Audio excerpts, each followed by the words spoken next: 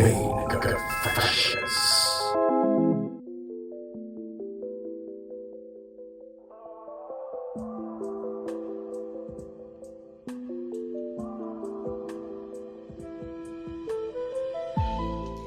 Dear DJ Main, maligayang mainit na gabi sa inyo. Ganon din sa lahat ng nakikinig sa programa mo. Gusto ko lang sana magbahagi ng isang kwento. Alam kong marami ng confession ang weird na iyong nabasa. Kaya naman kayo nang bahalang mag-judge sa aking ikukwento. Tungkol lang naman ito sa hilig ng jowa ko. Ayoko kasi talaga ng ganong sistema pagdating sa kama. Pero bago tayo tuluyang mapadpad sa usapang iyan, gusto ko munang magpakilala. Ako nga pala si Ira, 27 years old, from Taguig. Masasabi kong maganda ako, DJ Main. Straight ang hair, chinita, sexy, at higit sa lahat, gifted ako. Hindi lang sa harap, ganun din sa bandang likod. Marami na rin akong nakafling. At oo, may nangyayari sa ilan, pero sa isa lang talaga, tumibok ang puso ko. Siya nga pala si Dio. Mas matanda lang sa akin ng 1 taon. 1 year pa lang kami pero masasabi kong happy and contented na ako. Tsaka masasabi kong gwapo siya. Mayaman, matangkad, at higit sa lahat, double XL ang size ng kanyang alaga. Doon pa lang sold na ako, DJ Main. Siya kasi yung tipo ng lalaki na bad boy sa kama. Pero golden retriever naman kapag nagpapa-baby. Kaya naman sobrang green flag niya. Never niya akong sinaktan at never niya akong iniwan kahit na malakas pa ang topak ko. Unlike sa mga past relationship ko na pataasan ng ego, tapos ang habol lang din ang aking katawan. Pero DJ Main, wala namang perpektong nilalang sa mundo. Kahit na gaano pa ka-perfect itong jowa ko, hindi pa talaga maiiwasan ng flaws pagdating sa tao. At dito magsisimula ang aking confession. Tungkol ito sa hilig niya. Oo, mga hilig niya sa kama. Para sa akin, understandable naman kung gusto niyang mag-explore para mas mapainit pa ang relasyon. Pero ang weird lang kasi sa kanya, hindi basta-basta mga pinaggagawa niya. Gusto niya kasi ng tatluhan sa kama. Tama ang nabasa mo at narinig. Ayokong magkumpara ng lalaki, pero sa dami kasi ng nakarelasyon ko, sa kanya ko sobrang natitiri. Noong nalaman ko na gusto niya ng ganong sistema, sobra kasing hardcore nitong si Dio. To the point na kaya niyang may kahati sa katawan ko. Kaya naman para sa akin, nahihirapan akong mag-decide sa gusto niya. Fast forward, DJ Main. Ilang beses akong kinulit ni Dio. Tandang-tanda ko pa. Yung linya na sinabi niya. Babe, sige na please. Tropa ko naman yung kasama natin sa kama. Tsaka, kilala mo naman na siya, di ba? Promise, mag-enjoy tayo doon. Sabay ngiti sa akin. Hindi ko alam ang isasagot ko, kaya tumahimik na lang muna ako. Sobra kasi akong na-turn off kay Dio. Pero ano nga bang magagawa ko? Mahal ko siya. At kahit alam kong masakit sa damdamin ko, willing akong magbulag-bulagan para sa kanya. Kaya naman nung tinanong niya ako ulit, sinagot ko na siya.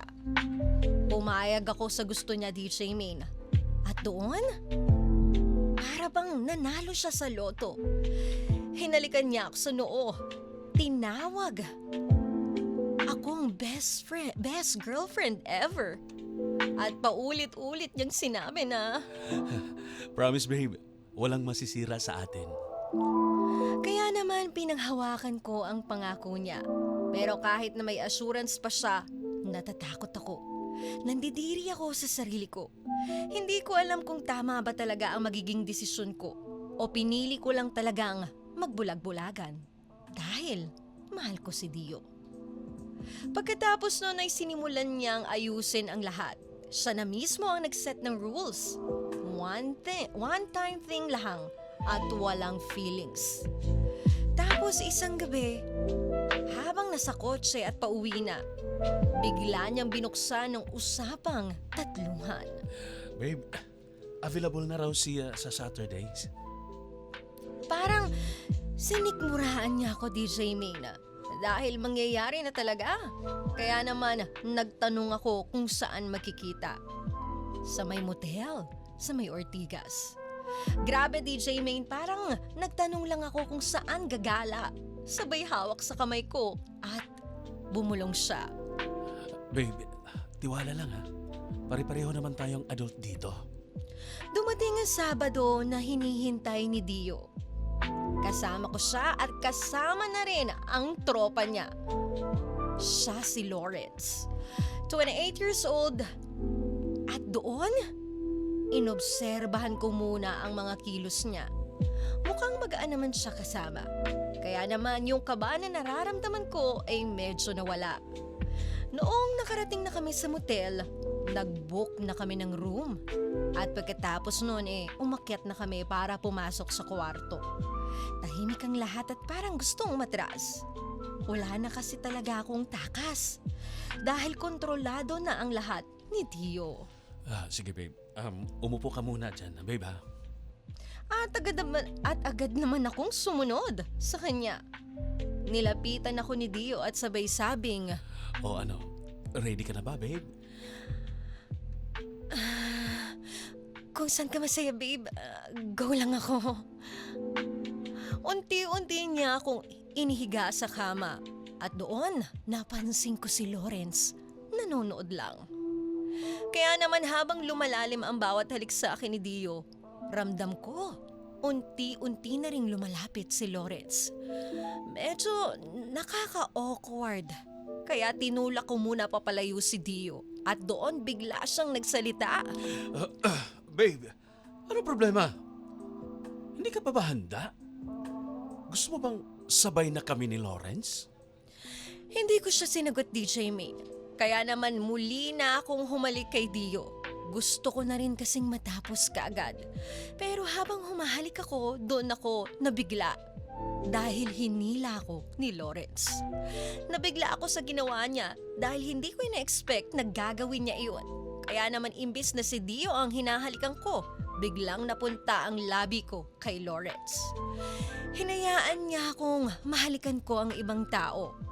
Pagkatapos ay pumailalim na siya sa akin para hubarin ang aking kasuotan. Gusto ko sanang pumalak, DJ Main, pero masyado na rin akong sensitive. Lalo sa nararamdaman ko. Kaya naman hinayaan ko na lang si Dio. At ganun din. Habang hinahalikan ako ni Lawrence sa aking labi. DJ Main, sobra akong hiyang-hiya nung hinubaran ako ni Deo. Parang tinanggalan ako ng dignidad at respeto. Pero ano pang magagawa ko? Kung gigil na rin naman si Lawrence sa paghalik sa labi ko. Kaya naman habang busy si Lawrence sa mukha ko, busy naman si Deo sa cupcake ko. Napaungol ako nang hindi ko namamalayan. Babe! Masarap ba, babe? Saad ni Deo.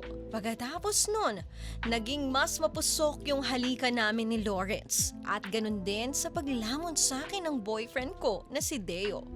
Gusto ko sanang kumalas sa ginagawa nila. Pero hindi rin kasi kayang magsinungaling ng aking katawan. Kaya naman nung nakita akong nag-e-enjoy si Deo, hindi na rin ako nagpatinag pa. Oo, DJ Main. Ayoko nang ma-stress kaya naman pumatol na ako. Hinawakan ko ang ulo ni Deo habang kinakain niya ako. At hinahalikan ko si Lawrence na parang siya yung jowa ko. At doon biglang tumayo si Deo. Hinubad niya ang suot niya at ganun din ang ginawa ni Lawrence. Sobrang tigas na ng mga alaga nila. Tapos biglang nag-request sa akin si Lawrence. Ira, pwede mo bang isubo? Tinanong niya sa akin habang nakatapat sa mukha ko ang alaga niya. In-expect ko na yon sa kanya, DJ Main. Kaya naman lumuhod ako kay Lawrence at kay Deo habang tirik na tirik ang mga alaga nila sa aking muka. Sabay ko itong kinampyo. Inuna kong lamunin ang alaga ng jowa ko. Pagkatapos kong kainin ang alaga ni Deo, kay Lawrence naman ang sinunod ko. May time pa nga na pinagsabay ko sila sa bunganga ko para hindi magselos si Deo. Pagkatapos nun, DJ Main, inihiga nila ako. Si Lawrence sa bibig ko at si Deo sa cupcake ko. Habang kinukuskus ni Deo ang cupcake ko gamit ang alaga niya, unti-unting ipinadulas ito sa loob ko. Dahan-dahan niyang pinapasok. Babe, ang sarap! Ito yung inungol ko bago ko kainin at laruin. Ang alaga ni Lawrence sa bibig ko. Maya-maya pa nagsalita si Deo. Babe, lalabasan na yata ako. Babe, okay lang ba sa loob? Hindi ako makasagot sa kanya, DJ Main, dahil may laman ang aking bibig. Ako rin, Ira. Malapit na. Pwede bang iputok ko sa bibig mo? At doon isinaboy nilang dalawa ang kanilang mainit na likido. Pagkalipas ng ilang araw, hindi ko pa rin malimutan ang mga nangyari. Sobra pa rin akong nandidiri sa aking sarili. Kahit pa sabihin kong nag-enjoy ako, normal lang naman yon kapag nagpapainit ang mga tao. By the way, DJ Main, nagbabalak na akong hiwalayan si Deo. Dahil sa tuwing nakikita ko siya, bumabalik ang alaala na ginagawa naming tatlo. Sa tuwing kasama niya si Lawrence, napaparaning ako na baka mag-decide na naman sila na ako ang taya. Kaya naman itong mga nakarang araw, hindi ko muna siya kinikibo. Dahil gusto ko munang dumistansya sa kanya at gusto ko munang magpahinga sa mga ginawa namin. Kahit pa sabihin kasi nating mahal niya ako at kink niya lang iyon, hindi niya dapat winalanghiya ang katawan ko, lalo pat sa kanya ko nagtitiwala. Kaya may tanong ako, DJ Main, hihiwalayan ko na ba si Deo? Pero may time na parang ayaw ng puso ko dahil napamahal na nga ako. Pero ano ba sa tingin mo ang tama kong gawin? Itutuloy ko pa ba o hindi na? Nalilito na rin kasi ako dahil gusto ko ring hayaan na lang na lumipas sa mga nangyari hanggang sa mapatawad ko siya at maubos ako. I really need your advice. From Ira of the Gig. May mga taong mahal mo pero hindi natugma sa values mo. At kahit anong pilit mong sumabay, mapapagod ka rin kapag hindi na kayo sabay ng lipad. Sabi nga, birds of the same feather flock together.